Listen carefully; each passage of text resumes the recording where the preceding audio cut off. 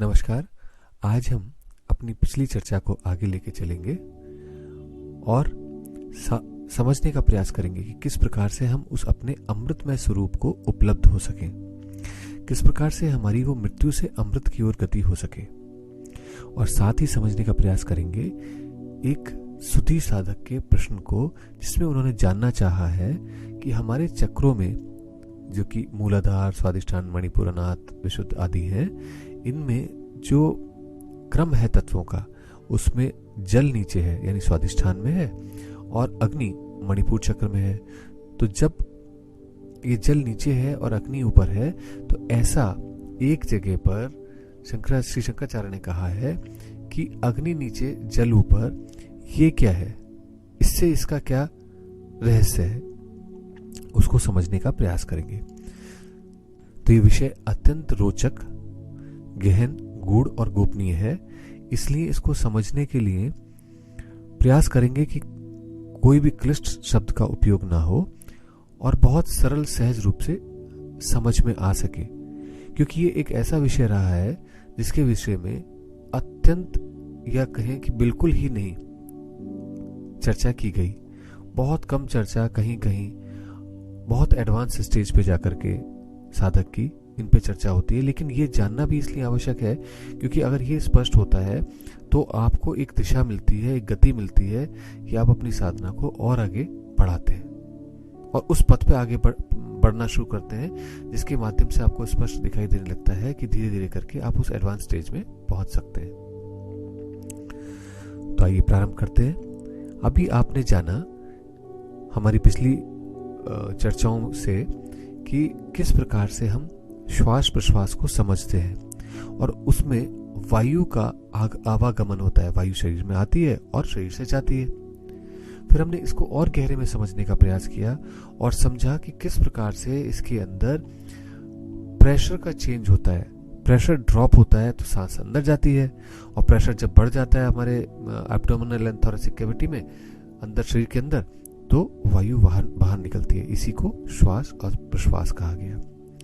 फिर हमने समझने का प्रयास किया है कि इस प्रकार से होने पर किस तरह से हमारे अंदर प्राणों का संचय प्रारंभ होता है, और वो होता है हमारे स्थिर बिंदु पर। और वो स्थिर बिंदु कहाँ है? नाभि।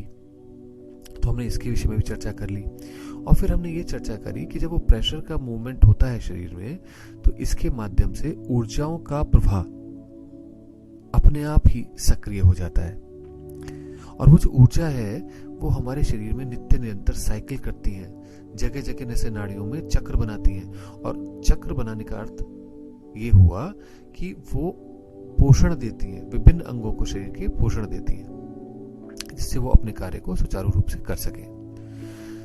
तो हमने ये सभी चीजों को समझने का प्रयास किया। और फिर पिछली चर्चा में हमने बात करी कि किस प्रकार से ये सारी क्रिया एक ऐसे गहन रहस्य की ओर उतरने लगती है जहां पर हम अपने आप को पा सकते हैं, जिसे एनलाइटनमेंट कहते हैं, सेल्फ रियलाइजेशन कहते हैं, अपने आप को पाना कहते हैं, उसे कर सकते हैं। तो वहां हमारी यात्रा प्रारंभ हुई उस ऊर्जा को गहरे में समझने की, कि जो श्वास प्रश्वास हम कर रहे थे वो वायु नाक, गला, फेफड़ों में आ रही थी और जा रही थी, तो वहां वो कुछ ध्वनि उत्पन्न करती है, और वो जो ध्वनि है उसे ही हम अजपा कहते हैं। और यही जो सोहम है, इस सोहम के माध्यम से आप समझ सकते हैं कि अब आपके पास एक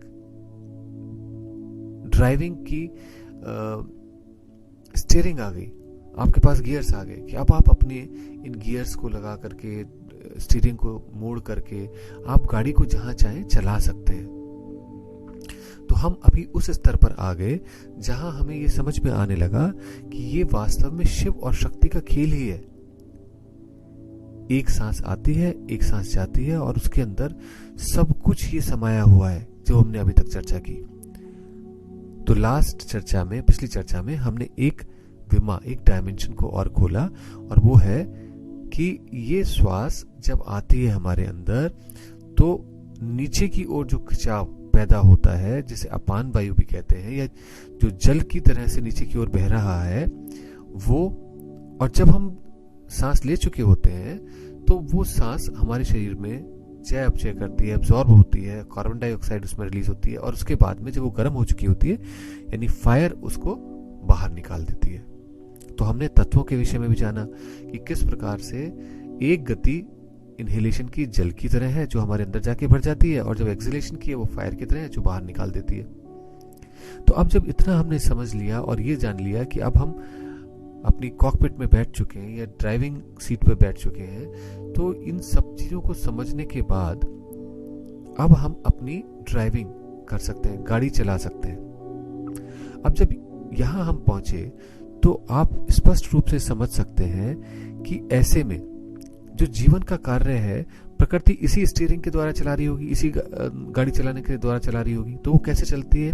वो ऐसे ही चलता है कि जब फायर ऊपर हो और जल नीचे हो, तो जब वाटर फायर चमकती है तो स्टीम बनती है और वो स्टीम नीचे पुश करती है और पुश करके हमारे जीवन में जो संतति की आवश्यकता है, संतान उत्पन्न करने की आवश्यकता है और जीवन को सतत आगे की ओर बढ़ाने की आवश्यकता है, उसको पुश करती है और उसके माध्यम से प्रकृति का कार्य चलता रहता है, सुचारू रूप से चलता रहता है।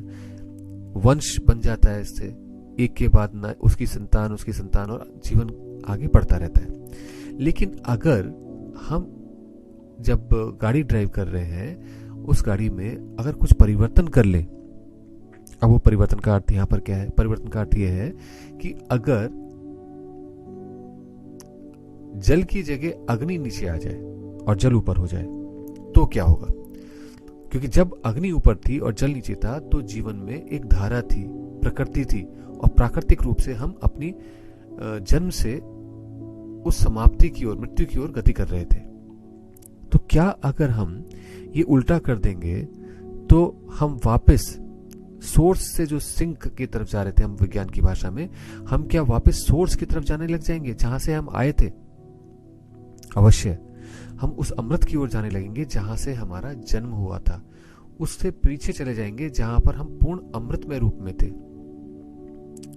तो इसलिए ये जो चक्रों में व्यवस्था है उसको अगर हम और स्पष्ट रूप से, सरल रूप से समझने का प्रयास करें तो आपने देखा होगा जो भी हम सुपाच्य भोजन घर में बनाते हैं टेस्ट वाला होता है, फ्रेग्रेंस वाला, खुशबू वाला होता है और बहुत अच्छा लगता है जीभ को भी और हमारे शरीर को भी पोषण प्रदान करता है। उस सभी रसों का निर्माण कैसे होता है? जब हम उन्हें एक अर्धन पॉट में, एक भगोने में, पतीली में उस अन्न के दानों को डालें, जैसे चावल को डालें और साथ में दूध, शर्करा, इलायची आदि डाल दें उसमें और उसको अग्नि के ऊपर रखें और उसको ढक दें तो कुछ समय में खीर बन जाती है।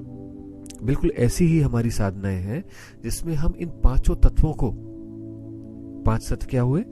हमने दूध डाला जो फ्लूइड है, लिक्विड है, अर्धन पॉट यानी कि भगोना, पतीली वो पृथ्वी तत्व है, उसके नीचे जल के नीचे अग्नि, पृथ्वी तत्व के नीचे अग्नि होती है और उसको ढकते हैं हम तो उसके अंदर भाप बनती है, वायु है और आकाश तो सर्वत्र है ही है। इन सब के मिलन से जो नई चीज, एक चमत्कार उत्पन्न होता है, वो चमत्कार होता है जिसे हम कहते हैं खीर, अमृत, रस, एक रस का निर्माण हो जाता है। अब ऐसे ही हमारी साधना में जब हम सोहम साधना करते हैं और पांचों तत्वों से गुजरते हैं तो अंततः हम आज्ञा पे पहुंचने के बाद एक अवस्था को प्राप्त करते हैं जहां पर वो शिव और शक्ति का मिलन पूर्ण हो जाता है और एक बीज की स्थापना हो जाती है। इस बीज को ही बोलते हैं बिंदु। अब ये जो बिंदु है ये अपने आप में ऐसा समझिए जैसा पहले मास, और फिर अगर ये पहला मास है तो 8 मास और होंगे, 9 मासों के माध्यम से वो बिंदु अपने आप में एक बच्चा बन के डिलीवर हो जाएगा, यानी गर्भाधान हो चुका। तो अब ये बिंदु पहला मास है, पहला डेवलपमेंट है, तो 8 डेवलपमेंट और होते हैं। वो 8 डेवलपमेंट क्या है? तो बिंदु के बाद आता है अर्धचंद्र, फिर निबोधिका, फिर नाद, फिर नादांत, फिर शक्ति, व्यापनी, समनी, उन्मनी। इन 9 अवस्थाओं से, इन 9 डेवलपमेंट से, इन 9 रिफाइनमेंट्स के बाद में वो जो बीज था वो डिलीवर हो जाता है। और इसी को ही जब हम उन्मनी अवस्था कह रहे हैं तो वो एक ऐसी अवस्था होगी जहां हम मन से परे अपने वास्तविक स्वरूप में आ जाते हैं। तो जो मैं था, ये जो आप हैं, रहे हैं वो वास्तव स्वरूप में आ जाते हैं और उसके चारों तरफ के जो भी आडंबर थे और जो सब कुछ था वो शांत हो जाता है। और जब आप अपने स्वरूप को उपलब्ध हो जाते हैं तो क्या होता है? तो यही वो अमृतमय रूप है आपका, जो ना तो कभी समाप्त हुआ था ना कभी समाप्त होगा, और आप इसमें नित्य निरंतर रहे, अभी भी इसी में ही है। मात्र यह है कि इसको हम पहचान नहीं पा रहे हैं, भूल गए हैं। तो आपने देखा कि किस प्रकार से यही साधन से प्रयोग धीरे धीरे करके एडवांस स्टेज में जाकर के हमें अपने स्वरूप तक पहुंचा देते हैं, अपने मूल तक पहुंचा देते हैं। तो अब आपको स्पष्ट हुआ होगा कि किस प्रकार से जल अगर अग्नि के ऊपर है तो जीवन में हम गति अपनी मोड़ लेते हैं, जो मृत्यु की ओर जीवन जा रहा था उसे मोड़ लेते हैं, अमृतम की ओर गति कर लेते हैं। और यह भी जाना होगा कि किस प्रकार से हम उस अपने अमृत में स्वरूप को उपलब्ध हो सकते हैं।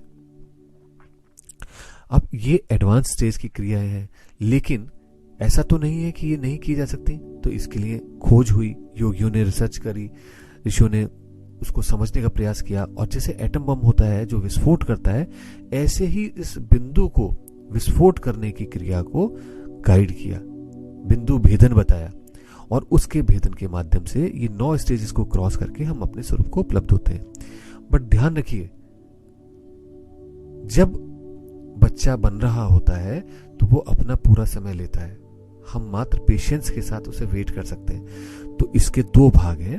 पहला, खीर बनाने वाला जो हमने कहा था, यानी सोहम साधना के माध्यम से अपने चक्रों को एक्टिवेट करने का और उनके सत को उस बिंदु तक लेके आने का जहां पर वो बीज बन जाए, बिंदु बन जाए। और बस वो जो बन गया उसके बाद में आपको वेट करना है, अपने क्रियाकलापों के माध्यम से, अपनी उनका साधनाओं के माध्यम से उसे सपोर्ट करते रहना है, और वो अंततः स्वतः ही उस अमृत रूप को आपके व्यक्त करता है। तो आज की ये चर्चा और भी गहरी हो सकती है, और भी बहुत सारे इसके आयाम हैं जिन पे हम हमें चर्चा कर सकते हैं, बट उनको हम आगे लेंगे, क्योंकि इसके आगे की भी यात्रा है। ऐसा नहीं कि यहां पर ही यात्रा रुक जाती है, यात्रा इसके आगे भी है। परंतु आवश्यक ये है कि हम अपनी आज की साधना को भी आगे बढ़ा सकें। तो इसलिए अगली वीडियो में हम और भी प्रश्नों को लेने का प्रयास करेंगे, जिससे सुधी साधकों की यात्रा, ये साधना सुदृढ़ हो और अच्छी तरीके से हो, और वो अपनी साधना के लक्ष्य को प्राप्त कर सके। आज के लिए इतना ही। नमस्कार।